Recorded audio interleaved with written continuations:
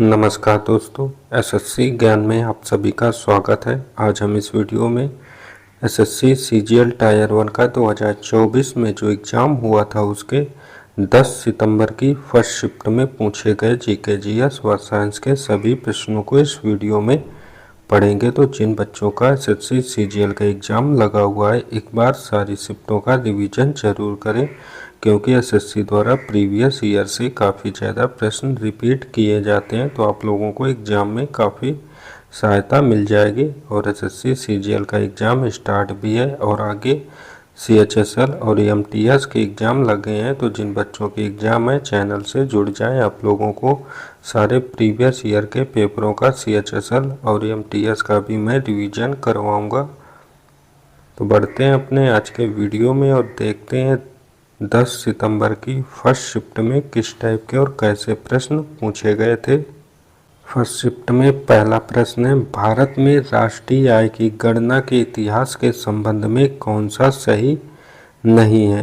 तो दादा भाई नौरोजी ने भारतीय अर्थव्यवस्था को दो भागों में विभाजित किया था, वह थे प्राथमिक क्षेत्र और द्वितीयक क्षेत्र। तो यही सत्य नहीं है। तो ऑप्शन 4 इसका राइट आंसर होगा। अगला प्रश्न था, 30 नवंबर 2022 को राष्ट्रपति भवन में आयोजित राष्ट्रीय खेल एवं साहसिक पुरस्कार 2022 समारोह में कितने पुरस्कार प्रदान किए गए। तो आंसर हो जाएगा 44 पुरस्कार प्रदान किए गए थे। तो ऑप्शन सेकंड इसका राइट आंसर होगा।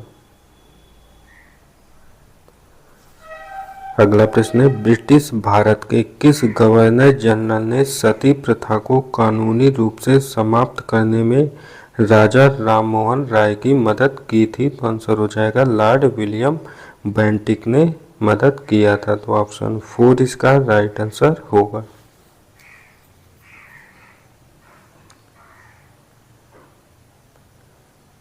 अगला प्रश्न है, निम्न में से कौन सा वर्ष 1917 के गांधी जी के सत्याग्रह से संबंधित है। तो आंसर हो जाएगा चंपारण सत्याग्रह, जो 1917 में हुआ था।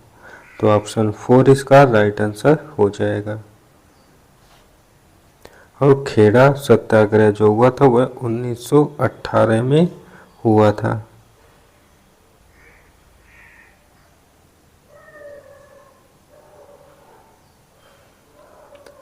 अगला प्रश्न था, न्यूलैंड ने धातु कोबाल्ट और निकिल को हाइड्रोजन के साथ किस म्यूजिकल नोट में रखा है। तो आंसर हो जाएगा इसे डीओ के साथ रखा है। तो ऑप्शन फर्स्ट इसका राइट आंसर हो जाएगा। अगला प्रश्न पूछा गया था, मार्च 2023 में भारत के 28वें लेखा महानियंत्रक के रूप में किसे नियुक्त किया गया था। तो इसका आंसर हो जाएगा एस दुबे को नियुक्त किया गया। तो ऑप्शन थर्ड इसका राइट आंसर होगा।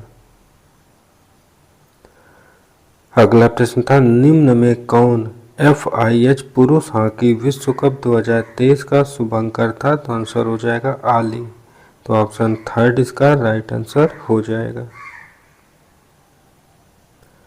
अगला प्रश्न है, मणिपुर के निम्नलिखित में से किस शहर में जवाहरलाल नेहरू मणिपुर नृत्य अकादमी स्थित है। तो आंसर हो जाएगा इम्फाल में। तो ऑप्शन फर्स्ट इसका राइट आंसर हो जाएगा।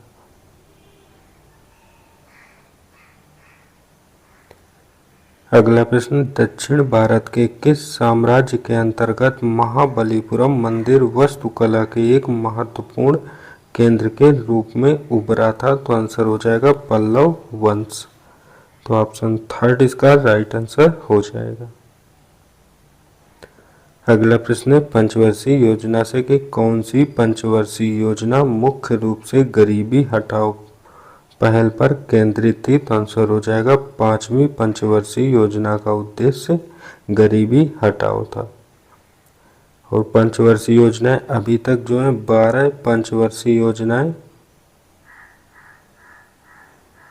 बनी थी। उसके बाद पंचवर्षीय योजनाओं को समाप्त करके 2015 में नीति आयोग का गठन किया गया था, PM नरेंद्र मोदी जी के द्वारा। और नीति आयोग का जो अध्यक्ष होता है ये पीएम होते हैं। और पहले अध्यक्ष जो थे फर्स्ट ये मोदी जी थे।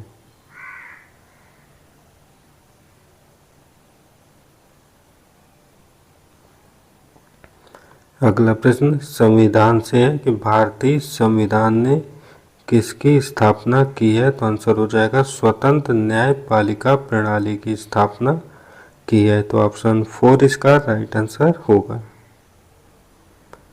अगला प्रश्न है एक गर्म प्लेटिनम सतह पर गैसीय अमोनिया का अपघटन उच्च दाब पर किस क्रम की अभिक्रिया है? तो आंसर हो जाएगा यह शून्य अभिक्रिया है। तो ऑप्शन 4 इसका राइट आंसर होगा। अगला प्रश्न था हुमायूं की मृत्यु के बाद 13 वर्षीय अकबर का 1556 में किस राज्य के कलानौर में राज्याभिषेक हुआ था? तो आंसर हो जाएगा इनका पंजाब राज्य के कलानौर किले में अभिषेक किया गया था अकबर का 1556 ईस्वी में। तो ऑप्शन 4 इसका राइट आंसर हो जाएगा। अगला निम्न में कौन सा अविकारकी भोजन है? तो दही, दाल, दूध और मांस इनमें से अविकारकी भोजन दाल है। तो ऑप्शन 2 इसका राइट आंसर होगा।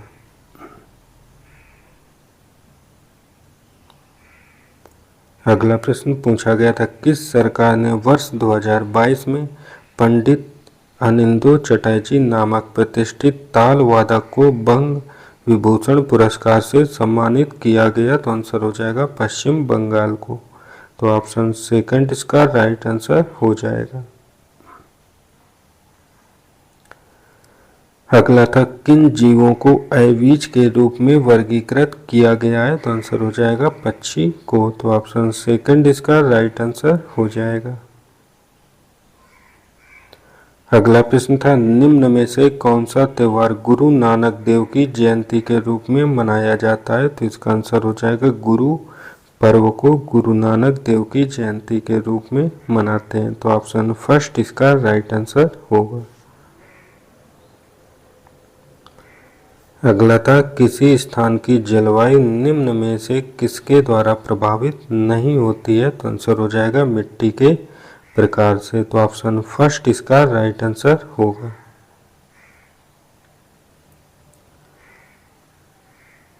अगला प्रश्न है हब्बार्डिया हेप्टेन्यूरोन जो लुप्त प्राय हो गया है निम्न में से किसकी प्रजाति है? तो आंसर हो जाएगा यह घास की प्रजाति है। तो ऑप्शन 4 इसका राइट आंसर होगा। अगला प्रश्न था निम्न में कौन सा स्थान भौगोलिक रूप से श्रीलंका के समीप है? तो आंसर हो जाएगा केवल कराईकल। तो ऑप्शन 3 इसका राइट आंसर हो जाएगा। अगला प्रश्न था निम्न में किस राज्य सरकार द्वारा तानसेन संगीत समारोह आयोजित किया जाता है? तो आंसर हो जाएगा मध्य प्रदेश सरकार के द्वारा। तो ऑप्शन 2 इसका राइट आंसर हो जाएगा। अगला प्रश्न था पहली एशियाई कबड्डी चैंपियनशिप कब आयोजित की गई? तो आंसर हो जाएगा यह 1980 में आयोजित हुई थी। तो ऑप्शन 2 इसका राइट आंसर हो जाएगा।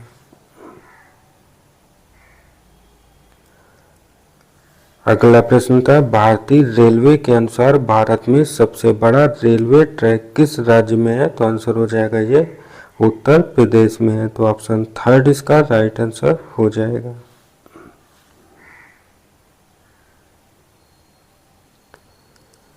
अगला प्रश्न था निम्न में किस अधिनियम को निरस्त करने और प्रतिस्थापित करने के लिए संसद ने नौवहन सामुद्रिक सहायता विधेयक 2021 पारित किया था? तो आंसर हो जाएगा प्रकाश स्तंभ अधिनियम 1927 को। तो ऑप्शन 1 इसका राइट आंसर हो जाएगा। अगला प्रश्न था, निम्न में कौन सा कथन राज्य के नीति निर्देशक सिद्धांतों के बारे में सही नहीं है? तो ये लोग को कल्याण को बढ़ावा देते हैं, इसलिए ये निजी और व्यक्तिपरक होते हैं। तो ऑप्शन थर्ड इसका राइट आंसर हो जाएगा। तो ये थे आज की शिफ्ट में पूछे गए जीके जीएस व साइंस के सभी प्रश्न। अगर वीडियो पसंद आए तो वीडियो को लाइक, शेयर व चैनल को सब्सक्राइब जरूर करें। मिलते हैं अपने अगले वीडियो में, तब तक के लिए नमस्कार, जय हिंद।